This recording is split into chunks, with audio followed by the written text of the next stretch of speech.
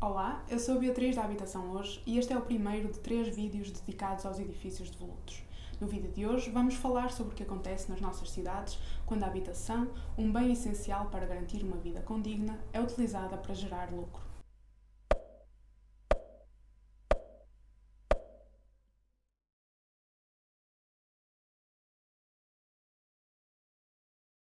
Quando falamos sobre uma crise da habitação, é imediato pensarmos que essa crise se reflete no aumento do número de pessoas que não têm casa, ou seja, no aumento da parte da população que se encontra numa situação de sem-abrigo. Apesar de esta ser a consequência mais violenta e visível desta crise, ela é só a ponta do iceberg. Como sabemos, entre o pleno acesso a uma habitação condigna e a situação de sem-abrigo, há muitos patamares de aperto e dificuldade. E todos eles são gerados e potenciados por decisões conscientes, sejam elas dinâmicas económicas e imobiliárias ou opções políticas por parte do Estado que influenciam a crise da habitação. Podemos observar estas questões no Teatro São João, no Porto. Qualquer pessoa que tenha passado pela Praça da Batalha nos últimos meses pode constatar que a população em situação de sem-abrigo ou na fila da sopa tem vindo a aumentar. Nos dias de chuva e de frio, parte dessa população procura abrigo nas reentrâncias das fachadas laterais do teatro. Recentemente, a Câmara Municipal do Porto implementou uma nova política pública para lidar com esta situação. Proibir as pessoas de dormir na fachada lateral mais visível do teatro, perto de uma estação de autocarros e pontos turísticos, e confiná-las à rua escura da fachada mais escondida. Esta política pública é aquilo a que chamamos varrer para debaixo do tapete, porque está empenhada em esconder o problema sem o resolver, ignorando as dificuldades que estas pessoas enfrentam em vez de atender às suas necessidades.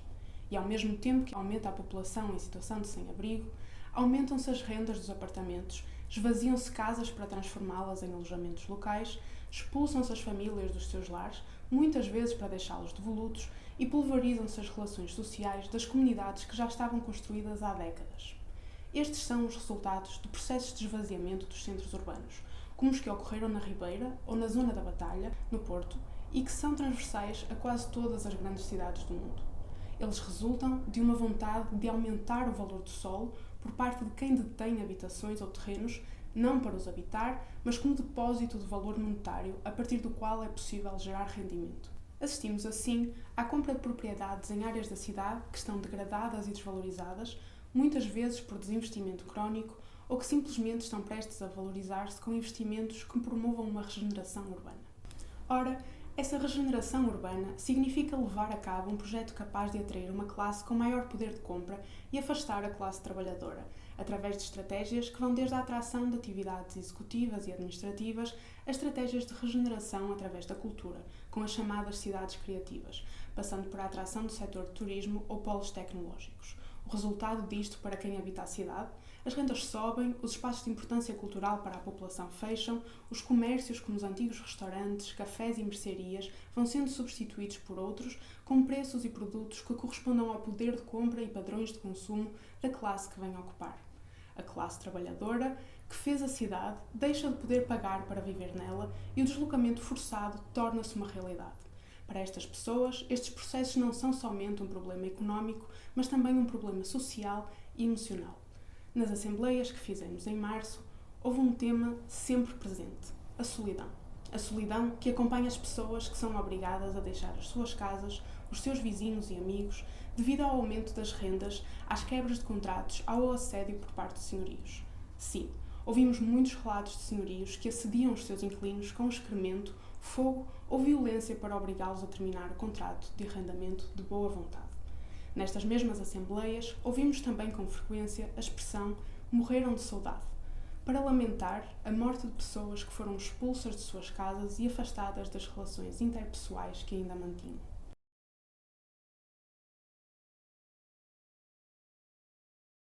Bem, falamos até aqui sobre pessoas que vivem na rua, sobre políticas públicas que procuram esconder os pobres em vez de tentar acabar com a pobreza e o impacto emocional e económico que a habitação tem na vida dessas pessoas.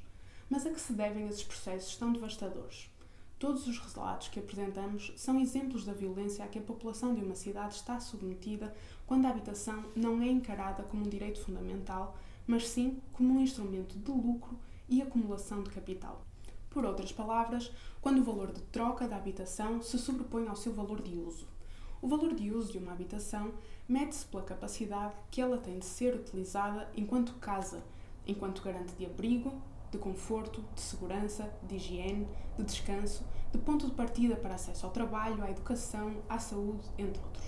Ou seja, no que diz respeito ao valor de uso, uma habitação é tanto mais valiosa quanto melhor servir quem a habita, quanto, com mais qualidade, assegurar um espaço de dimensão adequada em condições de higiene e conforto e que preserve a intimidade pessoal. Como tal, assegurar o valor de uso de uma habitação, garantindo que a casa é habitada e que cumpre as condições de habitabilidade, significa assegurar o cumprimento de um direito fundamental, o da habitação. No entanto, o valor de troca de uma habitação não é determinado por estas dimensões. Ele corresponde a um valor monetário associado a uma habitação, entendida apenas enquanto mercadoria transacionável. Ora, uma vez que o valor monetário da habitação depende em grande medida da sua localização, admitir que as casas são bens transacionáveis é permitir que a compra e venda de casas se faça em função da valorização e desvalorização de determinados territórios, numa lógica de compra mais barato para vender mais caro, sem qualquer preocupação com quem habita ou precisa de habitar as casas. É sobre esta perspectiva que a habitação é utilizada enquanto depósito de valor que garante a posse de uma parcela do território na expectativa de que ela venha a valorizar-se no futuro. E é precisamente essa possibilidade de lucrar com a espera que explica a opção de manter uma propriedade sem uso. Mais do que obter rendimento com a cobrança de rendas, que pressupõem o uso dos imóveis, os proprietários concentram-se nos rendimentos que podem tirar da compra e venda daquele pedaço de terra, alcançando quantias bem mais avultadas e sem terem de se preocupar com a fidelização a um contrato, com a manutenção do imóvel ou com a garantia da entrada da renda mensal.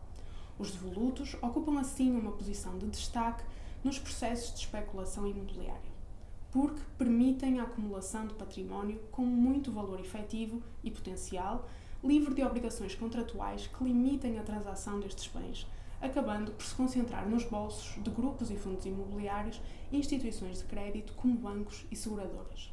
Se todos os terrenos e edifícios devolutos da Rua de Santa Catarina e da Rua da Alegria, no Porto, fossem efetivamente utilizados, poderíamos alojar não uma, mas 2 vezes todas as pessoas que estão em lista de espera por habitação social no município do Porto. A contradição entre tanta gente sem casa e tanta casa sem gente é inerente às políticas de um urbanismo neoliberal que mercantiliza o espaço urbano.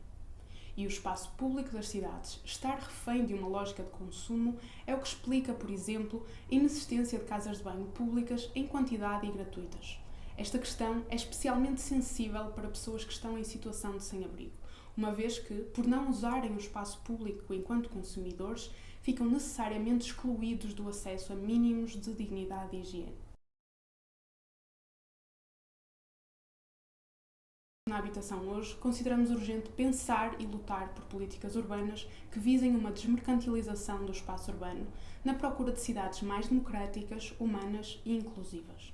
Um dos primeiros requisitos para se combater um problema é conseguir dimensioná-lo. Neste sentido, defendemos uma maior transparência por parte dos órgãos públicos através da disponibilização de dados abertos, especialmente no que diz respeito à propriedade de edifícios devolutos. Esses dados permitir-nos-iam perceber a quem pertence o território e de que forma está a ser utilizado. Sabemos que esses dados são de uma enorme mais-valia para um planeamento urbano mais democrático e acessível, e como tal, é importante reivindicá-los, mas simultaneamente tomamos a iniciativa de lançarmos o nosso próprio mapeamento. Podes saber mais como participar lendo a descrição do vídeo. Um melhor acesso a esses dados é, contudo, só o começo de um longo processo para que, de facto, o direito à habitação seja cumprido. É fundamental uma outra abordagem para as políticas de habitação e um outro modo de construir a cidade. Uma política que esteja voltada para a expansão do parque habitacional público, assim como a implementação de políticas de controle de rendas. Uma cidade pensada para quem a usa, para quem nela vive e trabalha, e não apenas para quem quer tirar rendimento dela. No caso dos devolutos, acreditamos ser imperativo que esses edifícios vazios passem a cumprir a sua função social. Este conceito de função social de um edifício está definido na Lei de Bases da Habitação enquanto uso efetivo dos imóveis para fins habitacionais. Mas apesar de a lei já considerar que todos os imóveis habitacionais, quer públicos, quer privados, devem participar no objetivo nacional de garantir a todos o direito a uma habitação condigna, é certo que não parece haver pressão para que se efetive o cumprimento dessa função social.